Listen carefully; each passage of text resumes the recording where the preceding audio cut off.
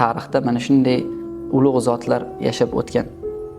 Bir ustozni etagidan tutib, to ilm o'rganuvchi darajasidan ustozlik darajasigacha chiqquncha bo'lgan hayot yo'llari bor. Bu hayot yo'llaridan hikoya qiluvchi juda ham ko'p kitoblar bor. Ana shunday kitoblarni olib har kuni 10-15 sahifa bo'lsa-da mutolaa qilib tursak, ularni ilm yo'lida bosib o'tgan yo'llari, mashaqqatlarini ko'radigan bo'lsak, biz ham asta-sekin o'zimizni shunday bir tarbiyalab borishga harakat qilamiz. Bunday ulug' zotlarni, bunday ustozlik maqomiga erishgan insonlarning hayotini o'qishdan bizga ikkita yaxshigina foyda bor. Birinchi foyda, o'zimizni naqadar kam harakat qilayotganimizni, o'zimizni naqadar kuchsiz ekanligimizni, dangasa ekanligimizni tushunamiz. Ikkinchi foydasi, bizda ozgina bo'lsa ham himmat shaklanar ekan.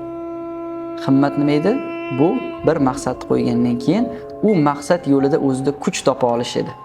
Ilm o'rganish maqsad qilyapmiz, lekin kuchimiz yo'q, harakatimiz kam. Tez charchab qolamiz, tez zerikib qolamiz. Mana shu joyda bizga himmat juda ham kerakli bo'lar ekan.